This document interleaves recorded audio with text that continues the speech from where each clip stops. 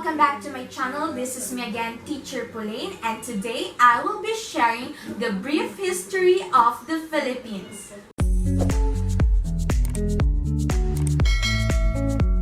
The early Philippines.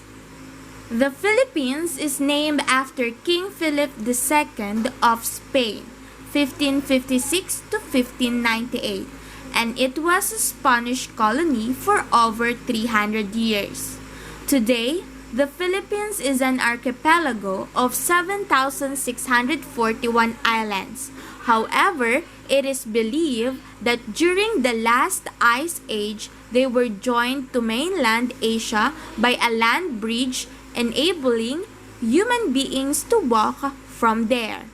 The first people in the Philippines were hunter-gatherers. However, between 3000 BC and 2000 BC, people learned to farm. They grow rice and domesticated animals.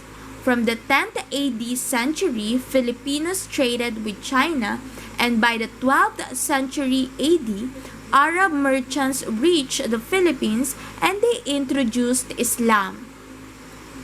Then in 1521, Ferdinand Magellan sailed across the Pacific. He landed in the Philippines and claimed them for Spain. Magellan baptized a chief called Humabon and hoped to make him a puppet ruler on behalf of the Spanish crown. Magellan demanded that other chiefs submit to Humabon, but one chief named Lapu-Lapu refused. Magellan led a force to crush him. However, the Spanish soldiers were scattered and Magellan was killed. The Spaniards did not gain a foothold in the Philippines until 1565 when Miguel Lopez de Legazpi led an expedition, which built a fort in Cebu. Later, in 1571, the Spaniards landed in Luzon. Here, they built the city of Intramuros, later called Manila, which became the capital of the Philippines. Spanish conquistadors marched inland and conquered Luzon. They created a feudal system. Spaniards owned vast estates worked by Filipinos. Along with conquistadors went friars who converted the Filipinos to Catholicism. The friars also built schools and universities. The Spanish colony in the Philippines brought a prosperity for the upper class anyway. Each year, the Chinese exported goods such as silk, porcelain, and lacquer to the Philippines. From there, they were re-exported to Mexico. The years passed uneventfully in the Philippines until in 1762, the British captured Manila. They held it for 2 years, but they handed it back in 1764 under the terms of the Treaty of Paris, signed in 1763. The Philippines in the 19th century. In 1872, there was a rebellion in Cavite, but it was quickly crushed. However, nationalist feeling continued to grow, helped by a writer named Jose Rizal, 1861 to 1896. He wrote 2 novels, Noli Me Tangere and El Filibusterismo, which stoked the fires of nationalism. In 1892, Jose Rizal founded a movement called Liga Filipina, which called for reform rather than revolution.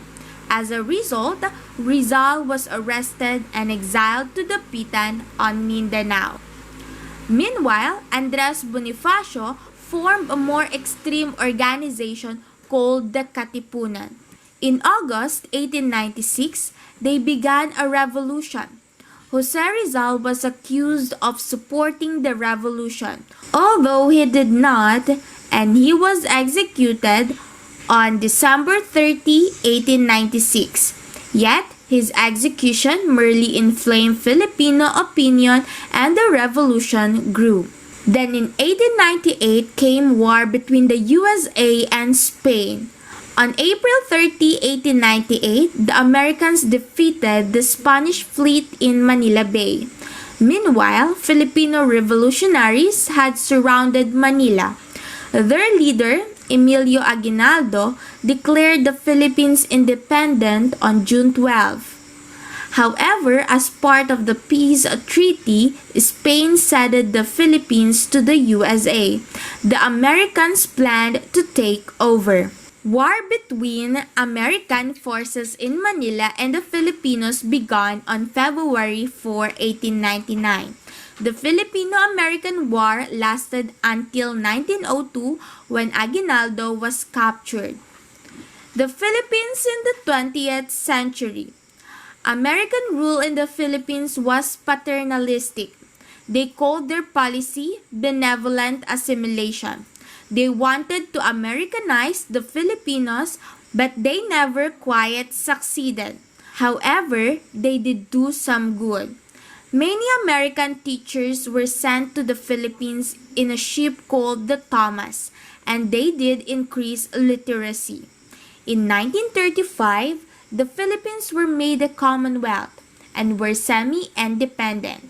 Manuel Quezon became president. The USA promised that the Philippines would become completely independent in 1945. However, in December 1941, Japan attacked the US fleet at Pearl Harbor. On December 10, 1941, Japanese troops invaded the Philippines. They captured Manila on January 2, 1941. By May 6, 1942, all of the Philippines were Japanese hands.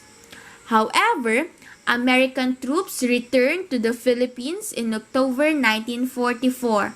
They recaptured Manila in February 1945. The Philippines became independent on July 4, 1946. Manuel Rojas was the first president of the newly independent nation. Ferdinand Marcos, 1917 to 1989, was elected president in 1965. He was re-elected in 1969. On September 21, 1972, Marcos declared martial law. He imposed a curfew, suspended Congress, and arrested opposition leaders. Then in 1980, opposition leader Benigno Aquino went into exile in the USA.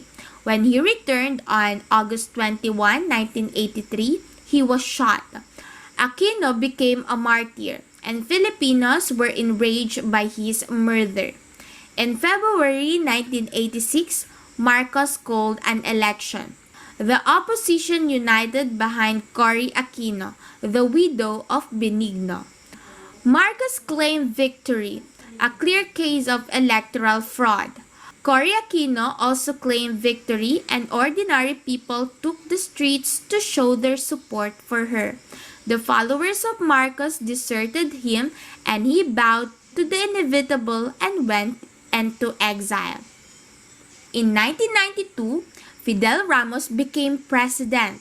He improved the infrastructure in the Philippines, including the electricity supply. Industry was privatized, and the economy began to grow more rapidly. However, at the end of the 1990s, the Philippine economy entered a crisis.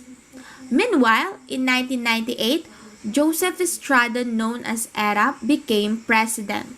Estrada was accused of corruption, and he was impeached in November 2000. Estrada was not convicted. Nevertheless, people demonstrated against him, and the military withdrew its support. Estrada was forced to leave office, and Vice President Gloria Macapagal Arroyo replaced him. She was re-elected in 2004. The Philippines in the 21st century. Today, the Philippines is still poor, but things are changing. Since 2010, the Philippine economy has grown at about 6% a year. Today, there is reason to be optimistic for the future. Meanwhile, in 2016, the Philippines launched its first satellite. It was called Diwatawan. In 2020, the population of the Philippines was 106 million. Thank you for listening. For more related videos about this topic, don't forget to subscribe to my channel. Bye!